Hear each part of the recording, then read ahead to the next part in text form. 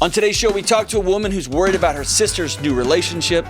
We talk to a mom who wants to have hard conversations with her kids and herself. And we talk to a man whose wife is overwhelmed with grad school, and he may or may not be the problem. Stay tuned.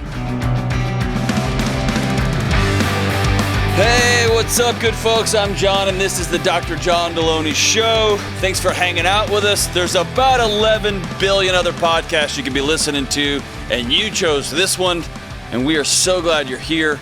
We talk about relationships, mental health, life, education, parenting, marriage, what's left of your everything we can think of, grief, all of it.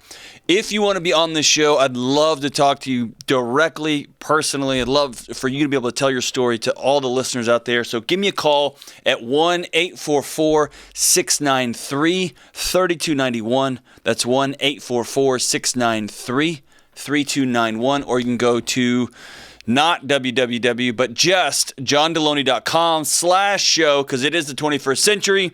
Fill out the form, and it will go to Kelly, and she is the gatekeeper of my life. Now, listen, one of the things that drives me bananas over the last, 25, 30 years is this obsession that we have with using machines and computers as analogies for people. And I'm trying to think of, like, he really downloaded that information, or what's another one? Like, just a computer analogy, or, yeah, we got our wires crossed, or this is, downloading new info into your mind. I just don't like it, because it we end up treating each other like machines or like computers. But last night, I think I experienced something that makes me rethink all of that. So I was trying to put my 5-year-old daughter to bed, and I was like, hey, I need to brush her hair. I like the hair brushing process. It gives me an opportunity to touch her on the face, to calm everybody down, to tell some jokes, and to listen to whatever story she's got for the day. Her stories are awesome. And she wouldn't come to where I could brush her hair, so I handed her the brush and was like, hey, you do it. And then I came back, and she was off gallivanting around the house. Our house isn't that big. There's not a lot of gallivanting that can be done, but she was jumping, flying, running thing around. And I said, hey, come here. I need to brush your hair. So she started walking my direction, and then I got distracted. And then all of a sudden it would turn into the third time. And I was like, hey, I need you to come here so I can brush your hair and you can go to bed.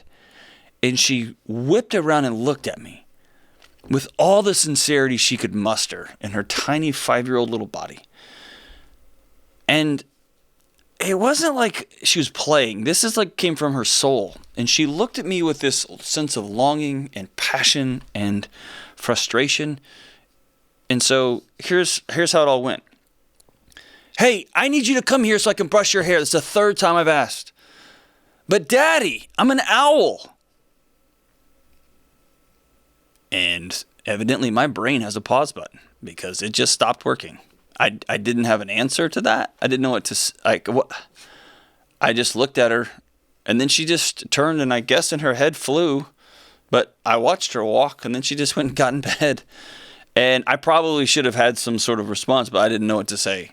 Because in my brain, when I say, hey, come over here, let me brush your hair, there is a multiple layered responses, like, okay, Dad, since you're the dad, I'll come do what you say. Or, no, I don't like you. And then there's choose your own adventure that way. Or there's, well, can I get a snack? There's all kinds of things. But passionately decrying, Dad, I'm an owl. I don't really know what to say. So for everyone who I've hurt your feelings about the computers and machine thing, I may be wrong. I think my brain is a machine, because it clearly stopped working for a moment last night. And it just sort of rebooted this morning. I see what I did there? Just came back online. Now we're talking. Oh, man. So we've got a action-packed adventure show today. That's kind of probably over dramatic, but we do have some awesome calls lined up here. Let's go to Amy in Raleigh, North Carolina. Good morning, Amy. How are you doing? Hey, John. I'm doing well. How are you? Awesome. Hey, do you have any little kids?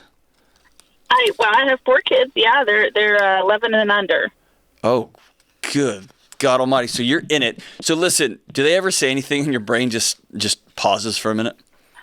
Absolutely. Okay, well, good. I'm feeling like I'm losing it, so I'm so happy that you said that. And I don't even know why you're calling, so let's get to that, all right? So what's going on, Amy? How can I help? Well, I would like some guidance on how I can express my concern to my sister about her rapidly advancing relationship. Her rapidly advancing relationship. So is she in love with somebody that you don't like?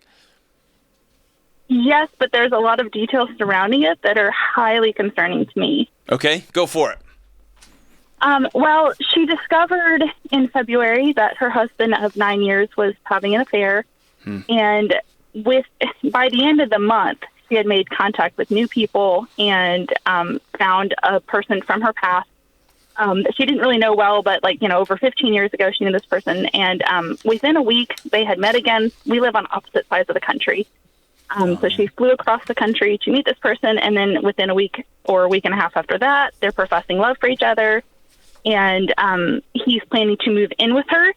And she has 2 small children, and he's going to move all the way back across the country to go move in with her and her children. And I'm just like, and my husband and I met him also, and all of our sirens are going off that this is not a person we trust. Hey, this guy won the lottery, man. Some old girlfriend reached out to him and is like, "Hey, you want free rent and me?" And he was like, "Okay, yeah, this worked out great for him, huh?"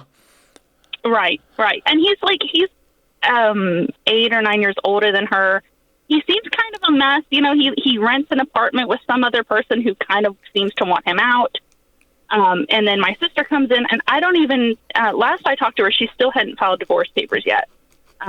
But her current husband has already moved out, and so she's just ready to move this guy right in. Yeah. And, of course, being the sister that I am, I went down to the courthouse and looked up his records, and I didn't find things that were great. And I even discovered a lawsuit where he was sued for basically not getting out of a place. I don't know the details surrounding, but all of it's very concerning. And she has a 2 and a 4-year-old. And I don't want her to think that I am not happy for her. I'm worried if I say something, or I don't want to say something wrong, where he'll tell her, manipulate her, and make her think, oh, they're just jealous of our love, that kind of thing. Yeah. Wow, that's a mess. How long was your sister married for? I think about 9 years. Okay. Yeah, you said that. So how good is y'all's relationship? I think it's really good. We're really close. So have you, when you've kind of hinted around this or asked really? Well, this is what we're doing? How has she responded? I've raised a few concerns. She's kind of in a mode where she's not like herself. She's very much like a different person, and I think she just thinks it's hard for people to understand. So she's okay, it's really hard for people to wrap their minds around, the fact that I'm in love and I've got this fairy tale man, and and I'm like, I don't know, I don't think that's so. Man, okay, so here's a couple things I would throw out for her sake, and then. I'll give you some of my thoughts here. I'm smiling because everyone who falls in love, especially after a heartbreak or a tragedy, they look around and it's so intoxicating that they think everyone else is crazy. And it's so hard because as someone who loves someone in that situation, we often just have to ride it out, right? It's so painful because you know how it's going to end. You know how it's going to end, right? Yeah. So sometimes I give people a pass on the quick turnaround time after something like this. And here's why. There are chances that her marriage has been dead for years. Yeah. And it may have, or been on life support for years. And so she may have had 1 foot, one half of her heart, 2 feet out the door and not even realized it for a long, long time. And then it just takes something like this big reveal, which she may have known about, maybe not intellectually, but she knew it in her soul, or she did know about it, or she just blindsided, right? Which makes this a super trauma. The whole thing's traumatic regardless, but it may have been dead for a long time. So often when we see this is different than somebody passes away in a car wreck, right? Where it literally just snap your fingers is over. This may have been running for a long time. that still doesn't make this wise at all, right? So my question for you is, what is your or what statement here? So let's say you get the courage, and it would be hard, right? You get the courage, you go sit down with her, you look her in the eye and say, I think you're making a terrible mistake. Absolutely bonkers, terrible mistake. And she says, I hate you. You're the worst sister ever. You've never loved me or supported me. In fact, my husband cheated on me because of your fault. I mean, just all the stuff she could throw at you. What is your or what statement? Are you going to disassociate yourself from her? Are you going to back down from her? Or are you just feeling powerless right now because you're going to still love her? She's still going to be your sister. You're still going to hang out with her. And you're just watching a slow motion car wreck. Which one of those is it? It's definitely the latter. Okay. So you don't have like an or what or if then statement. No. Okay. No. So if somebody's at a point where I'm about to draw a real firm boundary that I know might really impact this relationship in a negative way, that's one conversation. This conversation's a little bit different. It's a little bit easier and a little bit harder for you. Okay? Here's my recommendation. I would take her out somewhere and get her to tell you about this guy. Why is he so wonderful? And you can ask the gentle questions about, this seems super fast, and I'm concerned and I love you. And then the final statement, I learned this from one of my counseling professors, Dr. Hendricks, and I love it, which is, I'm worried about you and your future, but you're a grown-up, and I want you to know I'm going to be here when things are great. I'm going to be here when things are hard, and I'm going to be here if things completely fall apart. Mm-hmm. And I'm always going to be concerned for those kids. And so if you ever need anything, let me know. And what that does is it rings a bell for some folks that you're not trying to judge them, that you are literally walking alongside them, and you just recognize that they let your hand go. And some folks are like, okay, whatever, dude. But then they remember that when things fall apart, and it may be 2 months, 3 months, 7 months, or 7 years, but that you will be the first call they can make. And beyond that, there's not a lot you can do, which is really, really scary. Do you think this guy is unsafe for those kids, or does he just look like a bum? I don't know. I wouldn't let him around my children. So okay, I don't why feel not? that he's safe. Why not? That's a bold well, we statement. had told her that if they come and visit, he was going to move in. Then they were, because she lives in Arizona. I'm in North Carolina. Oh, so you're far apart. Okay. Right. So, and he lives here in North Carolina. So he's moving out there with her. So they had talked about coming to visit this summer. We said, of course, they can stay with us. But then after we met him, I can't put my finger on it. But both my husband and I were like, we can visit with him. We can have a cookout with him. He is not staying in our home. And we're not generally closed off like that, but we have 4 kids. And I'm like, I wouldn't trust him near my children. And so what is it? What's the thing? What's the thing? I 1,000% trust your intuition here, right? I never push back on this intuition, but I'm wondering, what is it?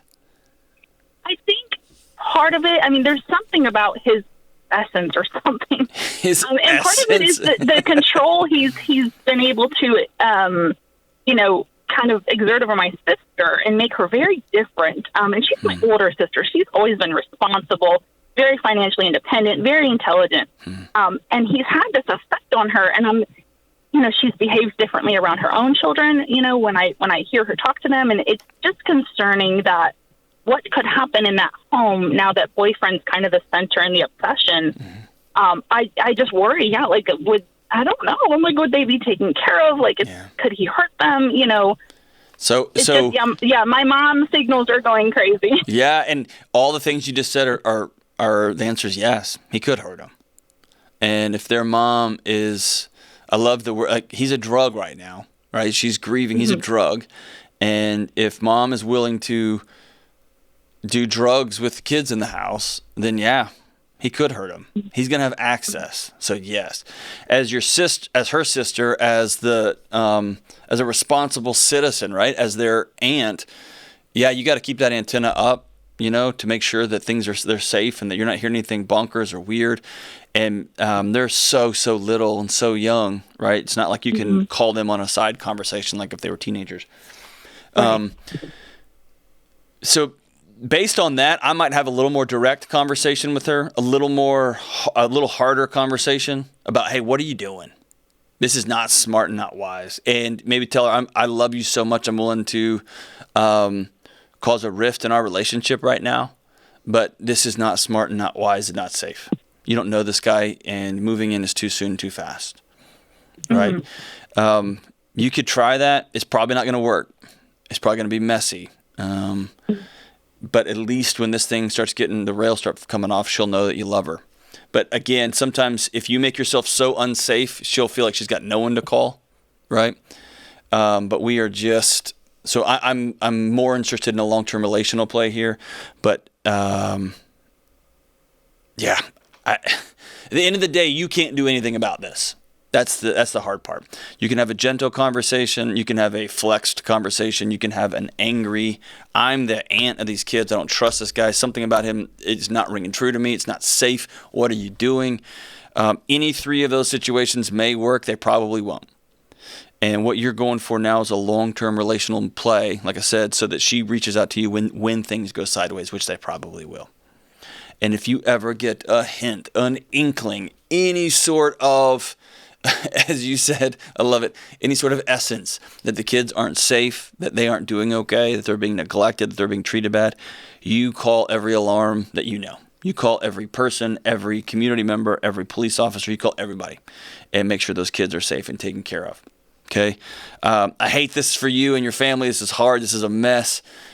Stay with your sister and make sure that she knows that you love her, and take care of yourself, because this is going to get heavy. So you and your husband, instead of sitting over there just having all these judgment conversations, that guy sucks and what's she doing? Check in with each other. Hey, how are you doing on this? Because I know this is hard. I know you love your sister.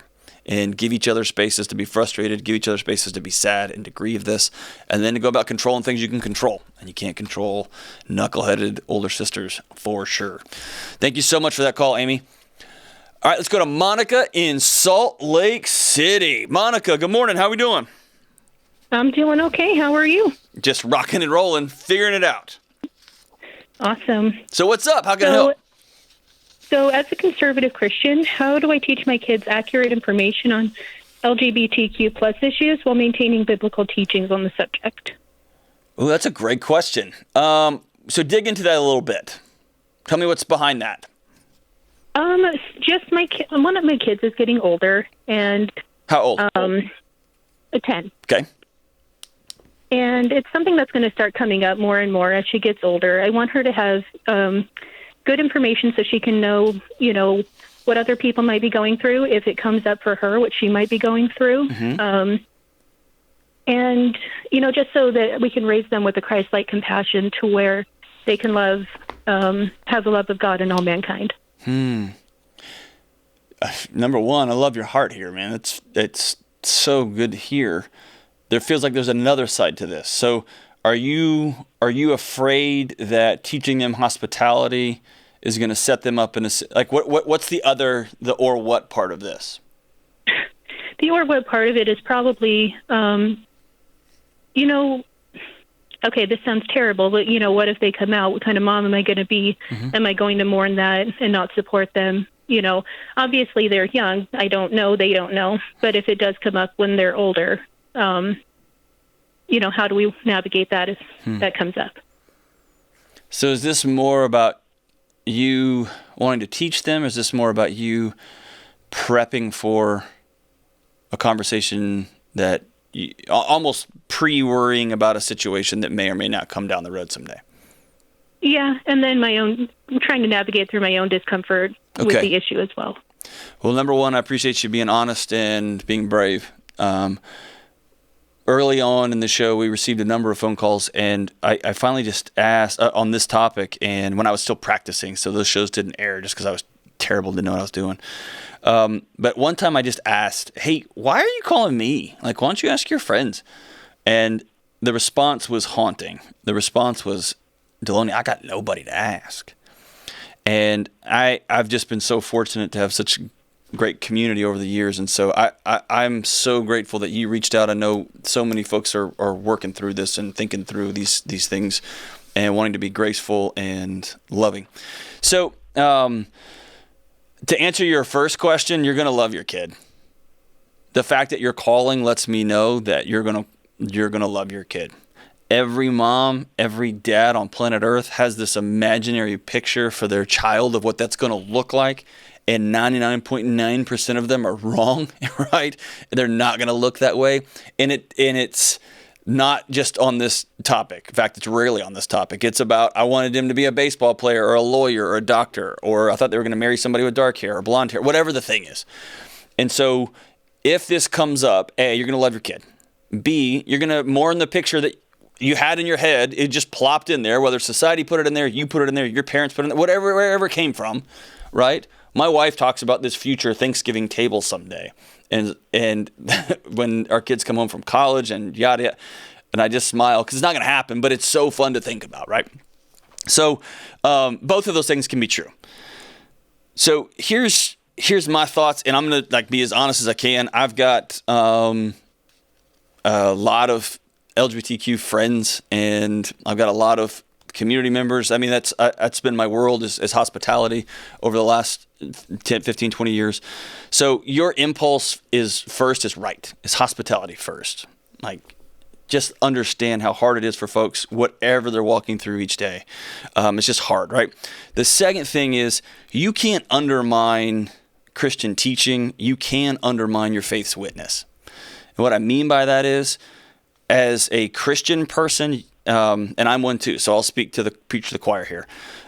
We have to hold in our hands this idea that we are looking for truth and trying to feel and read and be taught truth, and at the same time recognize that throughout history we've been wrong a lot, and we've been right a lot. We do a lot of good in the world, Christian communities, a lot of good, and we've been really, really wrong. And so what I've shifted over the last decade is less of a focus on I'm being right on all these topics and issues, and shifted way more towards everybody's welcome at Delony's house. Everybody's welcome at my table. And we will navigate relationships together. We will navigate topics together. But every one of those, quote unquote, what's the right answer will always be done in relationships, right? And then just for whatever it's worth for you, there's such a diverse array of faith-based voices out there now.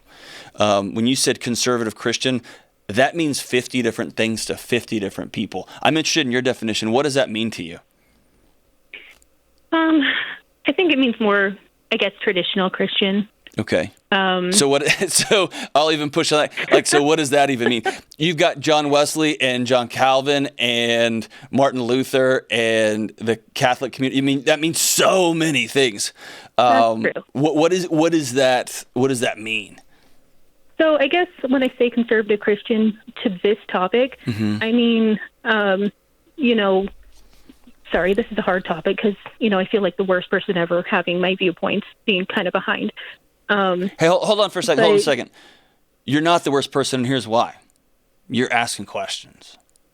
You are asking questions, and you are wrestling with hard things, right? So you're not the worst person, right? If you were yelling on the side of the street, throwing rocks at people, then I would lump you into that's not cool category.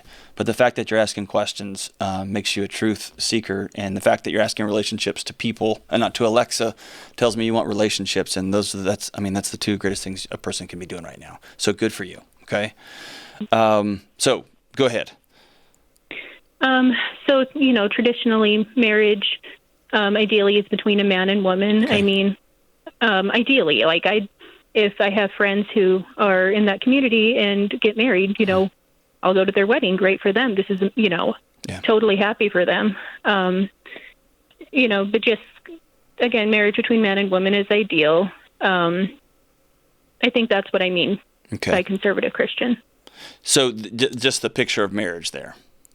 Yeah. Okay. And let's, in the relationship stuff and everything up and down and middle schoolers being asked to declare and what's the right this and what's the right that. What I want to always push you back towards, this is where you're at, by the way, is relationship and hospitality, right? And focusing less on having all the right answers and having all of the deepest relationships possible. Here's the challenging thing. we have decided some things in our faith communities over the years, over all those different branches of Christianity for what that means. And we have focused on some things, not focused on other things, chosen some things, not chosen. Every group has different thoughts and threads that run through it. Sexual stewardship is a big one. Giving is a big one. Hospitality is a big one. Loving your neighbor as yourself is a big one, right? And so for you and your family, for you and your faith community, defaulting to relationship and hospitality, don't be scared of yourself and what might happen with your kids someday. I can tell you right now, you're going to love your child. Y'all may have hard conversations, and spoiler alert, even if your kid ends up not being a member of the LGBT community, you're still going to have a ton of hard conversations together, right? Yeah. What is it about yourself that you don't trust about compassion, about care? Because you sound like a loving person. You sound almost like you're ashamed of asking hard questions. You know, it probably goes back to the way I was raised. I was raised by, unfortunately, people who weren't as loving. And so I guess it's, you know, kind of ingrained in me to be judgmental and less loving. And I don't want to be that person. You know, that's not in me who I am, but it's kind of part of me at the same time because it's what I grew up with. But here's what's making me smile right now, and you can't see it, but I'm smiling real big because chances are the folks who raised you did the best they could with the tools they had in their toolkit, right? And they did the best they could with what they knew, with the air they were breathing and the water they were drinking. And what you're doing is, like that old Maya Angelou quote, you do the best that you can, and then when you know more, you do better. And that's what you're trying to do, right? You're trying to be less dogmatic and more in love with people. It doesn't mean that we throw all the baby out the bathwater. There is some ways of living that we got to hang on to, right? There is some discipline and accountability and quote-unquote right ways of living. There are. And I'll go to task with anybody who says, no, dude, it's just whatever you feel, bro. It's all cool. It's not all cool. It's a mess, right? But all of that starts in relationship. And I don't know what to tell you other than I think you are absolutely on the right track. And here's the thing. The right track doesn't mean that you and I end up believing the same things on everything. It does mean that we end up with an understanding that we're going to treat people with respect and dignity wherever they happen to fall. Does that make sense? Yeah, that makes sense.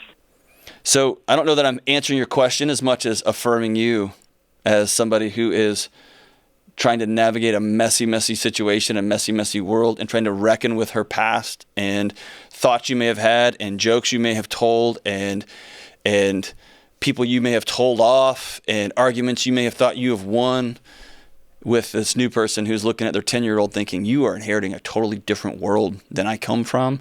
And I don't know any way forward other than to lead on love and relationship. Yes, with discipline. Yes, with it's finding truth and rightness as best as we possibly can. But man, it is love and relationship first, and then we figure out the rest as we go. I think your kids are lucky to have you as their mom. One of the greatest gifts. Listen, one of the greatest gifts, Monica, my mom and dad have given me is the fact that they were both super conservative Christians over time. I would still consider them super conservative Christians. And I can't tell you the number of times they've told me I changed my mind. I was wrong on this, and I need to think about it this way now. And that over the particular issue, that's the greatest gift. That I look at them and they're in their 70s now, and they hold really firm to some truths. And they have said, I changed my mind on this one. Or I'm still wrestling with this one. I changed my mind, and I changed it back. And now I'm thinking about changing it again. All of it has just been this loop. But for me, like I said, less than, this is the way. It has been, here's how we're going to approach it. We're going to try to figure it out. We're going to always be trying to read something that makes us uncomfortable. We're going to always be trying to have hard conversations. We're going to always be meeting with the least of these and the marginalized and those who are hurting in our communities, whoever and wherever they end up being. And then we're going to try to wrap our heads around what that means in light of this ancient text that we hang on to. And we're going to be challenged and frustrated and ask hard questions. And we're going to come back to love. And we're going to get angry, and we're going to have to look at our neighbor and say, hey, I totally disagree with you. I actually, at the end of the day, have worked hard on this, and I think this is this is a universal truth here. But come over and have a glass of wine and we're going to figure it out. You're always welcome at my house. And man, I think your kids are lucky to have you, Monica. Thank you so much for your heart. Hey, what's up? I want to take a quick break to talk about the most important question I'm asked almost every day. How do I find a counselor? If you can't find a counselor in your area or you can't afford one, I've got a solution for you. I've partnered with BetterHelp for customized online therapy, video chat, text chat, phone counseling. It's a licensed therapist whenever and wherever you need them. Go to betterhelp.com/Delony for 10% off your first month. It's cheaper and it's available all the time. This is for you, your family, and for everyone else that's coming your way. Take care of your mental health. Go to betterhelp.com/Delony today. All right, let's take one more call. Let's go to Paul in Carson City. Paul, what's up, brother? Not much. How are you? Man, we are rocking and rolling, dude. What's going on, man? Hey, so my question is about my wife. So she is about a year away from finishing her undergraduate degree. Okay. And following that, she wants to go to physical therapy school. And that's 3 more years of school, which is probably going to be a lot harder and more time consuming. But my question is, she really hasn't handled her undergraduate degree super well emotionally. You know, it's been really, really hard on her.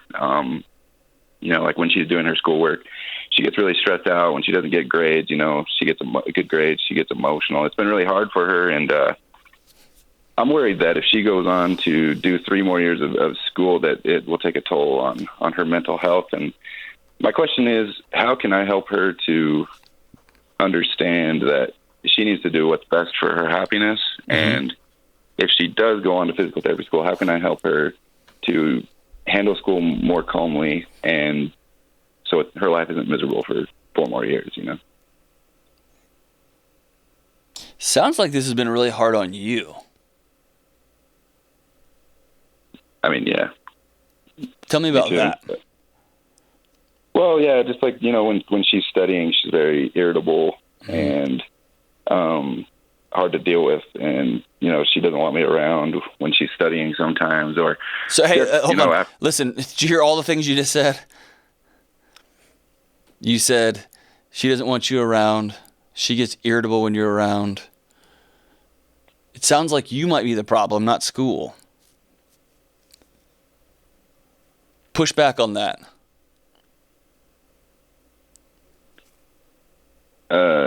Like, are you creating a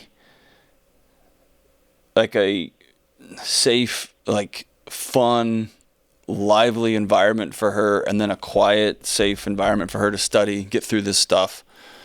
Or are you somebody who's like, hey, why don't you just do it like this? How long is this taking? Why are you taking so long? It doesn't matter. You just got to be, dude. Shake it off. Which one of those guys are you? No, I definitely try my best to, you know, provide a safe place for her to study and learn, and I support her in everything she does. And I don't criticize her for studying too long or anything like that. I mean, I'm definitely there trying to help her navigate school as best as she can. More of her problem is she's more of a perfectionist, you know, and she wants to be perfect in school. And like I said, if she doesn't get super good grades, then it's really hard on her. Okay. So at the end of the day, you can't. There's nothing you can say to her to be like, hey, why don't you be less perfectionist? And she'll be like, oh, you know what? You're right. I'll shake that off. What you can do is provide a space for her to get really excited when she gets good grades and to get really frustrated when she doesn't get good grades. And then to come back and bounce back. You can, like, being in school together is hard, man. My wife and I both were in grad school together, and then I went back to school, and we had 2 kids. I mean, it's a mess, dude. It's hard. Sometimes folks' temporary happiness, like when they're going through grad school, is the happiness is the growing season, right? It's like doing squats. Nobody likes doing squats But you know that when you're pushing that hard, the benefit on the back end is going to be so great, right? Same as grad school, dude. Same as any school. And when you're invested, you do get emotional, and it is hard, and you do lean into it. And so I would be willing to bet, dude, and this isn't me trying to clown on you. This is me like talking to myself 10 years ago, 15 years ago. I bet you've got a lot of solutions and recommendations and thoughts and answers for her. And right now she's just trying to get through school. And that you end up becoming almost another assignment for her, because she's got to make sure that you're okay too. And she's got to make sure that she's still fill in the blank X, Y, and Z too. And that becomes so heavy and so much. And so I'd love for you to create a universe where y'all could go out one day and talk about what the future looks like. Have y'all done that?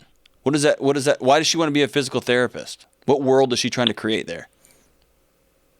Well, she has always had that goal, since she was a little girl. She talks about that's been one of the things she's always wanted to do. I always wanted to be a baseball player until somebody threw the ball like 90 miles an hour by me. Then I was like, no, I'm good with that. This isn't going to be the job for me. So it's got to be more than I've wanted to do it for a long time. Something else is driving her. Yeah. The other thing I would say is before we got married, we always talked about this. She thought she was scared that her getting married at such a young age might stop her from reaching that goal too. So it's been hard for me to really show her. We haven't been married for that long. We've been married for about 5 months. Okay. It's been hard for me to show her that I'm truly supportive of her goals, and I'm going to do everything that I can to help her reach that goal. But bro, it doesn't sound like you are. Sounds like you want her just to like, dude, just get your degree and let's go do something else.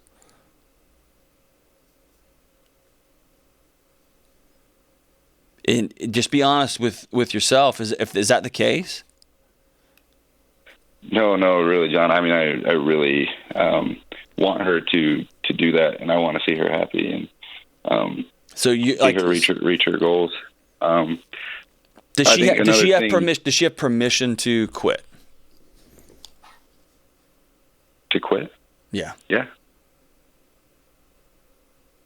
Does she know that if she was like, hey, I don't want to go to grad school anymore, that you would hug her just the same as if she's like, man, I can't wait to go to grad school? Oh, yeah. Definitely. A few months ago, my wife's working through some stuff. She's been reading a lot on some new topics, on some new, like, just existential stuff. And I won't go into the details because it's personal, but at one point I said, hey, listen, if you end up over here thinking this, I'll still love you, and we'll have so much fun with it. It'd be a wild adventure. And her shoulders just dropped, and I didn't realize how much she was carrying around, not only what she was wrestling with, but what my reaction would be to what she was wrestling with. That she was also carrying what's going to happen if I land over here or over here or over here, or if I keep my same thoughts on these things I'm thinking through and working through. What's my husband going to think? What's he going to do? Is he still going to love me the same? Is he going to stick around? Is he, all those things that just start to spin out and get crazy, right? Yeah. And y'all have been married for 5 months? How long did y'all date before this? A little over a year. How old are you? I'm 23. How old is she? She's 21. Okay. So here's what I want you to do, man. I want you to take her out this week. Okay? And I want you to take a piece of paper and tell her some idiot on the radio told you to do this.